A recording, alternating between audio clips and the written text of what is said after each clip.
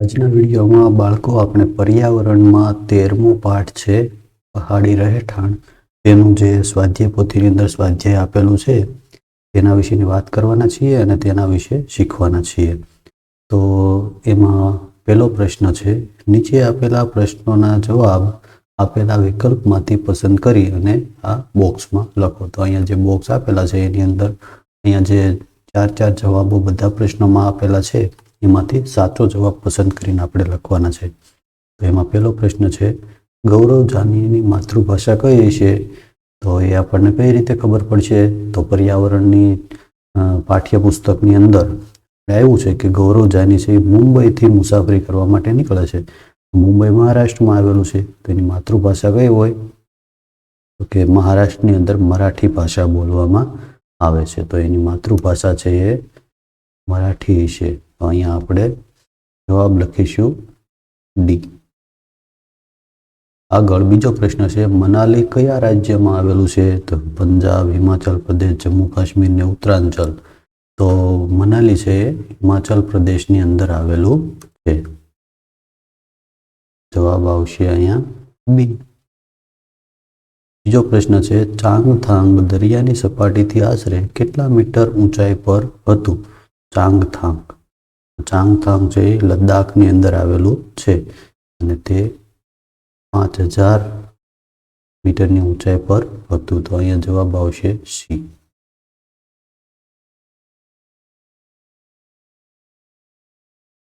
આગળ ચોથો પ્રશ્ન છે, નીચેનામાંથી ઊંચા પર્વતો પર રહેતી જાતિ કઈ છે? તો આમાંથી કઈ જાતિ છે ઊંચાઈવાળા વિસ્તારની અંદર ઊંચા પર્વતો પર રહે છે લદ્દાખની અંદર? તો કે એ છે ચાંગપા જાતિ.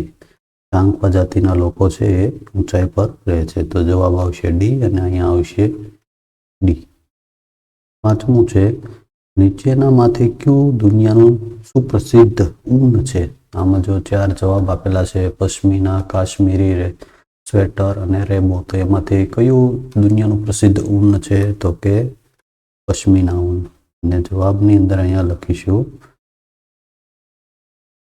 એ.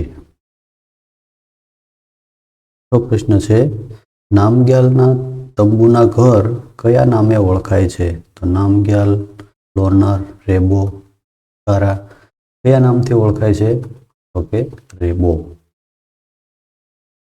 અને જવાબમાં આવશે અહીંયા બોક્સમાં સી.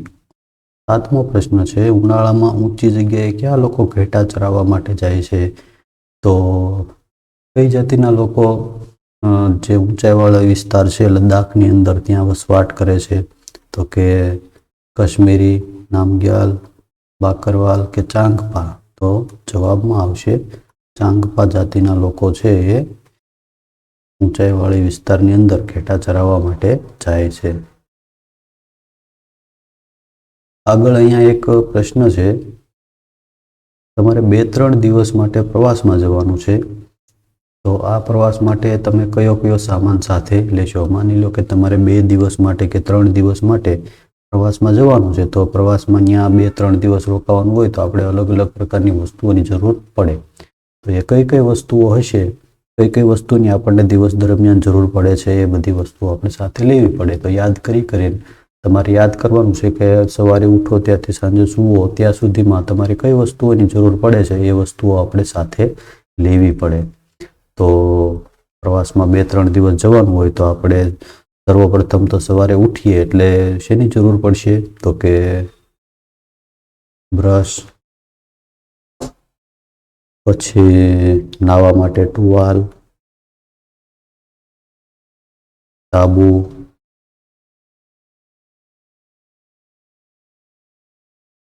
કપડા. પછી સાંજે સૂવાનું હોય તો એના માટે શેતરંજી જોઈ, ઓઢવા માટે ચાદર જોઈ, પછી માથામાં નાખવા તેલ, શેમ્પૂ, આવું બધું જરૂર પડે. ઉપરાંત થોડોક નાસ્તો પણ જોઈએ, તો કે સૂકો નાસ્તો. આ બધી વસ્તુઓની જરૂર આપણે પડશે 2-3 દિવસ બહાર જવાનું હોય તો. આગળ અહીંયા 2 ઘરના ચિત્રો આપેલા છે.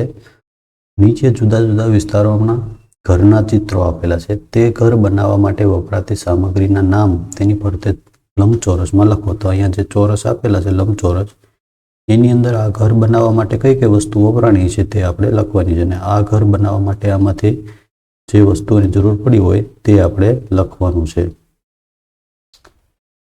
તો આ ઘર બનાવવા માટે કઈ વસ્તુની જરૂર પડેલી દેખાય છે? તો કે સર્વપ્રથમ તો લાકડું,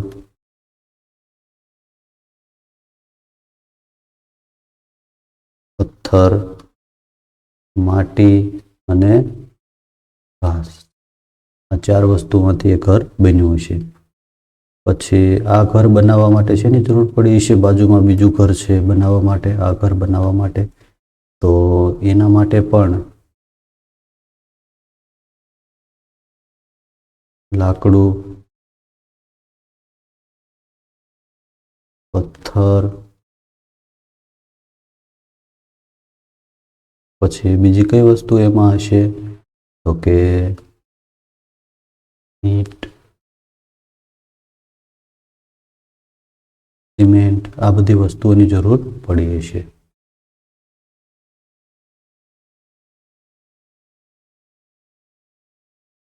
પ્રશ્ન 4 છે, ટીવી સમાચારમાં આવતા જુદા જુદા નગરોના તાપમાન જાણી નીચેના કોષ્ટકમાં લખો. તો અહીંયા આપણે 5 શહેરોના નામ લખવાના છે અને એનું મહત્તમ તાપમાન એટલે કે દિવસ દરમિયાન વધુના વધુ જે તાપમાન થયું હોય એ લઘુત્તમ તાપમાન એટલે દિવસ દરમિયાન જે ઓછામાં ઓછું તાપમાન થયું હોય એ આપણે અહીંયા નોંધીને લખવાનું છે. ટીવી સમાચારની અંદર તમારે ટીવીમાં જોવાનું છે અને એના આધારે તમારે લખવાનું છે. નમૂના રૂપે અહીંયા હું લખું છું શહેરોના નામ અને એનું તાપમાન. તમારે ટીવીમાંથી જોઈને નોંધ કરીને પછી લખવાનું છે. ઘરે તમે જાઓ ત્યારે તમારે ટીવીમાં જે તાપમાન સાંજે કે સવારે આવતું હોય છે સમાચાર ચેનલની અંદર, તો એમાંથી જોઈને તમારે 5 શહેરોમાંથી લખવાનું છે. તો પહેલું શહેર લખીએ આપણે અમદાવાદ, સુરત, રાજકોટ, વડોદરા, ભાવનગર. તો આ 5 શહેરોના નામ લખ્યા. એમાં મહત્તમ તાપમાન આપણે લખીએ 25 સેલ્સિયસ, સુરતમાં 27 સેલ્સિયસ, રાજકોટમાં 28 Celsius, Vadodara 26 Celsius, Bhavnagar 29 Celsius. લઘુત્તમ તાપમાન લખવાનું છે. તો કે અમદાવાદમાં 14 સેલ્સિયસ, સુરતમાં 15 સેલ્સિયસ, રાજકોટમાં 14 સેલ્સિયસ, વડોદરા 16 સેલ્સિયસ અને ભાવનગર 13 સેલ્સિયસ. તો આવી રીતે લઘુત્તમ તાપમાન અને મહત્તમ તાપમાન છે એ લખવાનું છે. તો એ તાપમાન છે શિયાળાની અંદર ઓછું તાપમાન હોય લઘુત્તમ તાપમાન, એટલે આપણે આ રીતનું તાપમાન લખ્યું છે.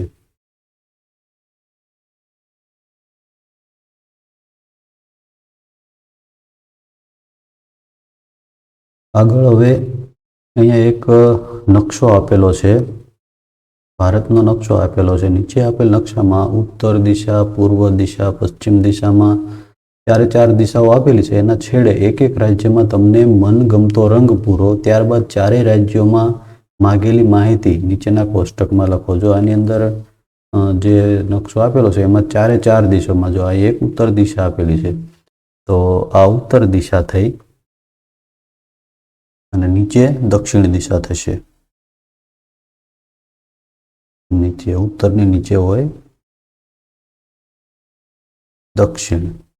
પછી આ થશે ગુજરાત બાજુ પશ્ચિમ અને આ પૂર્વ. એના 4 બાજુ આપણે એક એક રાજ્યની અંદર રંગ પૂરવાનો. તો પશ્ચિમ દિશાની અંદર આપણે રંગ પૂરીએ ગુજરાતમાં. ગુજરાત પશ્ચિમ દિશામાં આવેલું રાજ્ય છે. જે ઉત્તરમાં આવેલું છે આ લદ્દાખ, અહીંયા આવેલું છે અરુણાચલ પ્રદેશ અને અહીંયા આવેલું છે કેરળ. ગુજરાત, લદ્દાખ, અરુણાચલ પ્રદેશ અને કેરળ. તો આવી રીતના એ ચારે ચાર રાજ્યોની અંદર આપણે રંગ પૂરી દીધો છે. હવે આગળ શું છે કે અહીંયા એની માહિતી ભરવાની છે. પહેલા રાજ્યનું નામ લખવાનું છે અને અહીંયા એ રાજ્યની અંદર ઘર બનાવવા માટે કઈ કઈ સામગ્રીનો ઉપયોગ થતો હશે તે આપણે લખવાનું છે. તો પેલું રાજ્ય આપણે લખ્યું ગુજરાત, બીજું લખ્યું અરુણાચલ પ્રદેશ, ત્રીજું લખ્યું લદ્દાખ અને ચોથું કેરળ. તો હવે ગુજરાતની અંદર ઘર બનાવવા માટે કઈ વસ્તુની જરૂર પડે છે તો કે ગુજરાતની અંદર મકાન છે એ ઈંટોના બનાવવામાં આવે છે. તો ઈંટ, રેતી, સિમેન્ટ, લોખંડ. હવે અરુણાચલ પ્રદેશની અંદર મકાન છે લાકડાના બનાવવામાં આવે છે. તો ત્યાં લાકડું, ઘાસ, વાંસ વગેરે. પછી લદ્દાખની અંદર પથ્થર, માટી, ચૂનો, લાકડું. કેરળની અંદર પણ એવી જ રીતે મકાન બનાવવામાં આવે છે. ઈંટ, સિમેન્ટ, લાકડું. તો આવી રીતે મકાનો છે એ બનાવવામાં આવે છે અને એની નોંધ છે આપણે આ કોષ્ટકની અંદર કરવાની છે. આગળ અહીંયા પ્રશ્ન 6 આપેલો છે. નીચે આપેલ એની વિગત ભરવાની છે.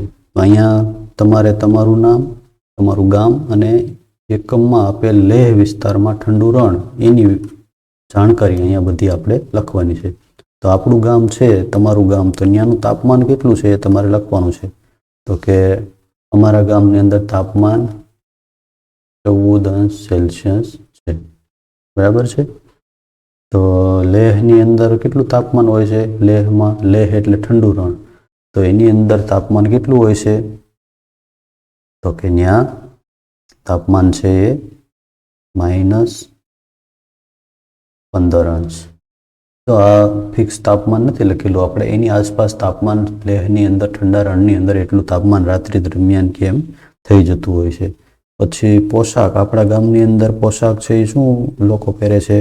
તો કે પેન્ટ, શર્ટ, સાડી વગેરે.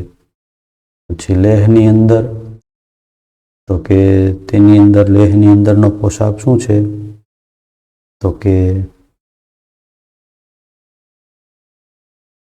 શર્ટ, ધોતી, કુર્તું વગેરે. ઘર કઈ રીતે બનાવવામાં આવે છે?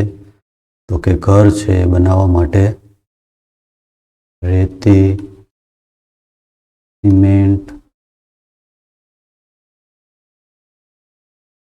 ઈંટો. બરાબર. પછી લદ્દાખની અંદર તો કે પથ્થર, માટી, લાકડું. ખોરાક, ખોરાકની અંદર આપણે શું ખાઈએ છીએ? કે રોટલી, શાક. બરાબર. ને લેહની અંદર લોકો શું ખાય છે? તો કે દૂધ, ફળો, ઈંડા વગેરે. પશુપાલન, તો પશુપાલનની અંદર અહીંયા આવશે આપણે ગાય, ભેંસ, બકરી વગેરે. અને આ લોકો પશુપાલનની અંદર શું કરે છે લેહ વિસ્તારની અંદર? તો કે બકરી, ઘેટા, યાક વગેરે. આગળ અહીંયા આગળનો પ્રશ્ન છે પ્રશ્ન 7. કૌંસમાંથી શબ્દ પસંદ કરી ચિત્રમાં આપેલ ઘરને કયા નામે ઓળખવામાં આવે છે તે લખો. અહીંયા 5 આપેલા છે નામ: ઝૂંપડું, ઈગલું, તંબુ, ભૂંગો અને મકાન. એમાંથી અહીંયા એના જે લાગુ પડતું હોય એ પ્રમાણે આપણે એના નામ લખવાના છે. તો ઝૂંપડું આમાંથી કયું છે? તો કે આ છે. તો આપણે અહીંયા લખવાનું છે ઝૂંપડું. પછી આ છે ભૂંગો છે, તો અહીંયા લખશું ભૂંગો. આ તંબુ છે તો તંબુ. આ મકાન છે તો અહીંયા લખશું મકાન. અને આ છે ઈગલું છે, તો ઈગલું એટલે બરફનું ઘર. તો આ પાઠની અંદર આપણે બાળકો આટલું શીખવાનું હતું અને આટલું સ્વાધ્યાય પોથીમાં પૂરવાનું હતું.